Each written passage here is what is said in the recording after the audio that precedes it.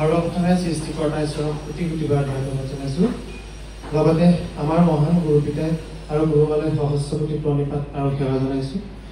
আৰু আজি পবিত্ৰ গৃহটিত উপস্থিত থকা ঈশ্বৰৰ প্ৰত্যেকজন দাস দাসীলৈ প্ৰভু যীশুৰ মধুৰ নামত আমি নমস্কাৰ জনাইছোঁ। আমি লখিমপুৰৰ পৰা আহিছোঁ। মোৰ নাম লক্ষ্যজিৎ সন্দিকৈ। আমাৰ 4টি সাক্ষ্য দিবলগীয়া আছিল। প্ৰথম সাক্ষ্যটি ভণ্টিৰ ভাগৰ, যিহেতু কেইদিনমানৰ আগত যোৱা দেওবাৰে ৰাতি সন্ধিয়া আমাৰ ঘৰত এটি ঘটনা ঘটি গৈছিল। তাই সেই ঘটনাটোৰ বিষয়ে জ্ঞাত নহয়, সেয়েহে তাইৰ সাক্ষ্যটিও ময়ে উপস্থাপন কৰিব বিচাৰিছোঁ। প্ৰথম সাক্ষ্যটি হৈছে যোৱা দেওবাৰে এই ভণ্টি সৰুকালৰ পৰাই এই শৰীৰত বহুত ৰোগে বাস কৰিছিল। এই শৰীৰত মানে বেমাৰ নুগুচেই, ইটোৰ পাছত সিটো বেমাৰ হৈয়ে থাকে। তাৰপাছত আমি প্ৰথমে বহুত ডক্তৰৰ ওচৰলৈ যাওঁ আৰু তাই পেটৰ ভিতৰত কিবা গোটা বস্তু এটা ঘূৰি ফুৰে বুলি তাই মানে কৈ থাকে। আৰু আল্ট্ৰাচাউণ্ড আমি কেইবাবাৰো কৰিছোঁ, কিন্তু আল্ট্ৰাচাউণ্ডত একো মানে ৰিপৰ্টত নাহে, চব নৰ্মেলে ওলায়। আৰু তেনেদৰে বহুত ডক্তৰৰ মেডিচিন দিলে, মেডিচিনবোৰ খাই খাই তাইৰ ভিতৰৰ বডি পাৰ্টছবোৰ মানে ডেমেজ হ'বলৈ ধৰিলে। তেনেদৰে আমি ডক্তৰৰ ওচৰত ক'তো পৰিত্ৰাণ নাপালোঁ। তাৰপাছত আমি মানুহৰ কথা মতে আমি বেজৰ কাষ চাপিলোঁ। বেজৰ মতে তেনেদৰে আমি যেনেদৰে ক'লে পানী কাটি গা ধুৱালোঁ আৰু আমি ঘৰতো বিভিন্ন ধৰণৰ সকাম নিকাম কৰিলোঁ। সেইদৰে আমি কমেও 60-70 জনৰ ওপৰৰ বেজ বাগৰিলোঁ। আৰু আমি তেনেদৰে য'ত ত'ত চাকি বন্তি দিয়া আৰু ক'ৰবাত থান দেৱালয় এইবোৰত চাকি বন্তি দিছিলোঁ। তাৰপাছত আমি ক'তো পৰিত্ৰাণ নাপালোঁ। তাৰপাছত আমি 2022 বৰ্ষত এই পবিত্ৰ গৃহৰ শুভবাৰ্তাটো লাভ কৰিছিলোঁ। শুভবাৰ্তাটো লাভ দিছিলে আমাৰ লখিমপুৰ মণ্ডলীৰ শ্ৰীমতী দীপা গগৈ আৰু জ্যোতি গগৈ বাইদেৱে।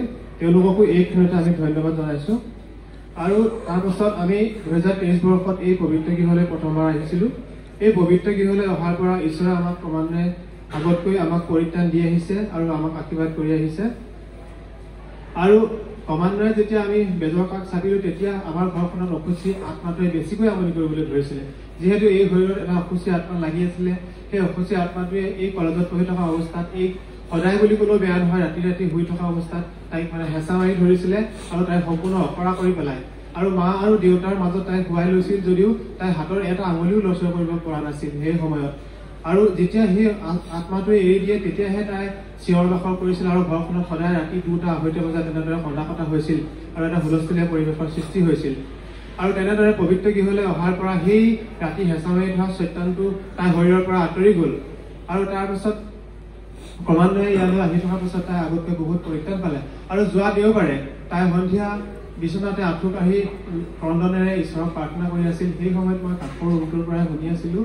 তাই যীচুক মোৰ প্ৰাণ অৰ্পণ কৰি এই গীতটো গাই আছিল আৰু নামি অহা পবিত্ৰ আত্মা এই গীতটো গাই আছিল। সেই সময়তে তাই কান্দি কান্দি বিচনাৰ পৰা মজিয়াত কঁপি কঁপি ঢলি পৰিলে আৰু তাই মজিয়াত বাগৰি ফুৰিবলৈ ধৰিলে।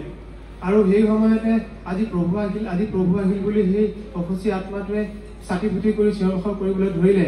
যিহেতু আমাৰ ঘৰত দেউতা আৰু মায়ে কোনোদিন এই ৰূপ দেখা নাছিল, সেয়েহে তেওঁলোকে প্ৰথম অৱস্থাত ভয় খাইছিল।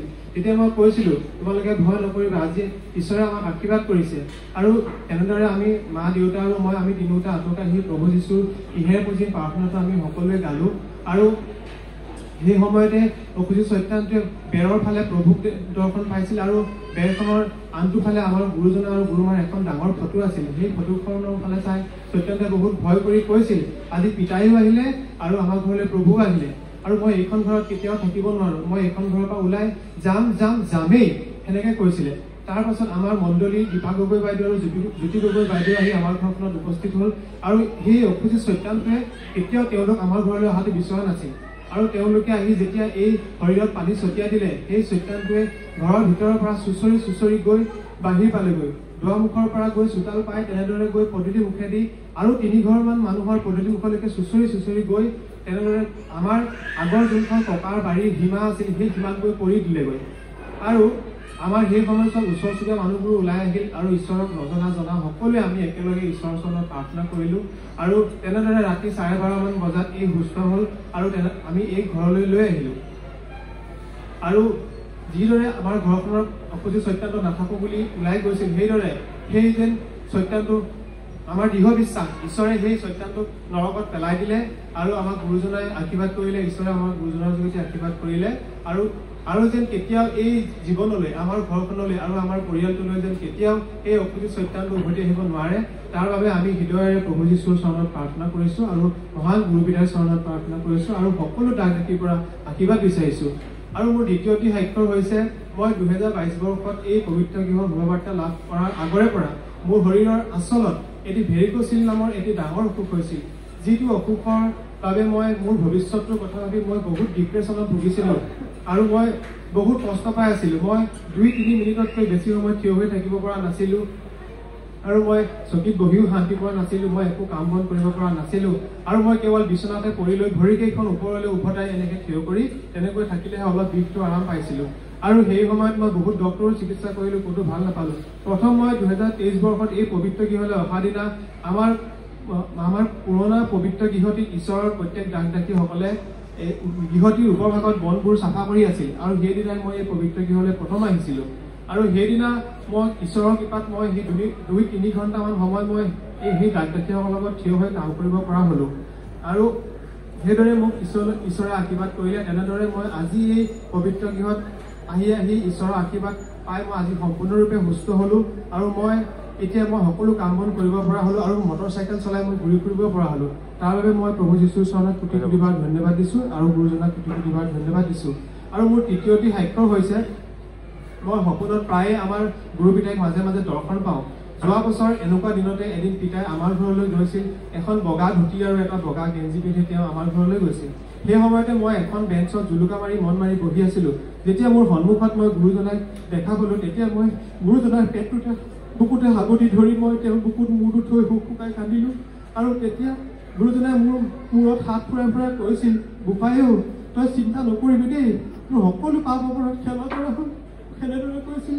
আৰু তাৰ পাছতো মই গুৰুজনাক কেইবাবাৰো মই সপোনত দৰ্শন পাইছো সেইদিনা কেইদিনমানৰ আগতে গুৰুমা আৰু গুৰুজনা আমাৰ ঘৰলৈ বুলি মই দুয়ো ৰাস্তাত খোজকাঢ়ি গৈ থকা অৱস্থাত দৰ্শন পাইছো আৰু সেই সময়তে এই ভণ্টি আৰু মই দুয়োটা চাইকেলত গৈ আছিলো আৰু গুৰুমা আৰু গুৰুজনাৰ মুখামুখি হলো মুখামুখি হৈ আমি চাইকেলৰ পৰা নামি গুৰুমাক চাইকেলখনৰ কেৰিয়াত বহিবলৈ দিলো আৰু গুৰুজনাক মই চাইকেলখন ধৰি দি তেওঁ যেনে তেনে চাইকেলৰ চিটটোত বহিবলৈ দিলো আৰু সেইদৰে আমাৰ ঘৰলৈ গুৰুজনা আৰু গুৰুমা গ'ল আৰু যিদৰে গুৰুমা আৰু গুৰুজনা আমাৰ ঘৰখনলৈ গ'ল সেইদৰে আমাৰ জীৱনকালত যে গুৰুজনা আৰু গুৰুমা আমাৰ ঘৰখনত সদায় বিৰাজমান হৈ থাকে তাৰ বাবে ঈশ্বৰৰ চৰণত প্ৰাৰ্থনা কৰিছো আৰু গুৰুমা আৰু গুৰুজনাৰ চৰণতো প্ৰাৰ্থনা কৰিছো আৰু মোৰ চতুৰ্থটি সাক্ষৰ হৈছে আমাৰ ঘৰত এখন ছাগলীৰ ফাৰ্ম আছিল আৰু ছাগলী ফাৰ্মখন প্ৰথম অৱস্থাত দিনক দিনে বাঢ়ি গৈ আছিল সংখ্যাবোৰ বাঢ়ি গৈ আছিল সেই সময়তে অসুধি চৈতানে আমাৰ সেই ছাগলী ফাৰ্মখনত এটেক কৰিলে এফালৰ পৰা ছাগলীবোৰ মৰি যাবলৈ ধৰিলে আৰু ভাল ছাগলীবোৰে মাৰিবলৈ ধৰিলে আৰু সেই সময়ছোৱাত আমাৰ মণ্ডলী বিভা গগৈ বাইদেৱে মোক ক'লে যে তুমি ছাগলী বিক্ৰী কৰিলে ঈশ্বৰৰ পবিত্ৰ গৃহলৈ তুমি কিবা এটা দক্ষিণা আগবঢ়াবা আৰু মই সেইদৰে বাইবেলতো পাইছিলো যে তোমাৰ উপাৰ্জনৰ প্ৰথম ভাগ ঈশ্বৰৰ নামত অৰ্পণ কৰা আৰু তেতিয়াই মই সংকল্প কৰিলো যে মই যেতিয়া ছাগলী বিক্ৰী কৰিম প্ৰত্যেকটো ছাগলী বিক্ৰী মই যি ধন পাওঁ তাৰে মই 10 ভাগ ঈশ্বৰৰ পবিত্ৰ গৃহলৈ আগবঢ়াম আৰু সেইদৰে মই এই পবিত্ৰ গৃহলৈ আহি মই দান পাত্ৰতে সেই দক্ষিণাবোৰ দি থৈ গৈছিলো আৰু তেতিয়াৰ পৰা আজিলৈকে মোৰ একটাও ছাগলী মৃত্যু হোৱা নাই আৰু ছাগলীবোৰ বৰ্তমান বহুত হেল্ডি হৈ আছে আৰু আচৰিত কথা এই যে সেই দক্ষিণাবোৰ দিয়াৰ পৰা ঈশ্বৰে মোক আগতকৈ ছাগলীবোৰ অধিক দামত বিক্ৰী কৰিবলৈ মোক তেওঁ যুগুত কৰি দিছে আৰু আমাৰ ঘৰতে সেই ফাৰ্মখনত এজনী বাজি ছাগলী আছিল ছাগলীজনী মৰম আমি ৰাখি থৈছিলো ক্ষমা কৰিব অলপ দীঘলীয়া হৈ গ'ল আৰু ছাগলীজনী ঈশ্বৰৰ পবিত্ৰ তেল পানী খুৱাই দিলত তাই গাভিনী হৈ এতিয়া জানুৱাৰী মাহৰ 8 তাৰিখে এটা পোৱালি দিলে এয়াই আছিল আমাৰ সাক্ষ্য ধন্যবাদ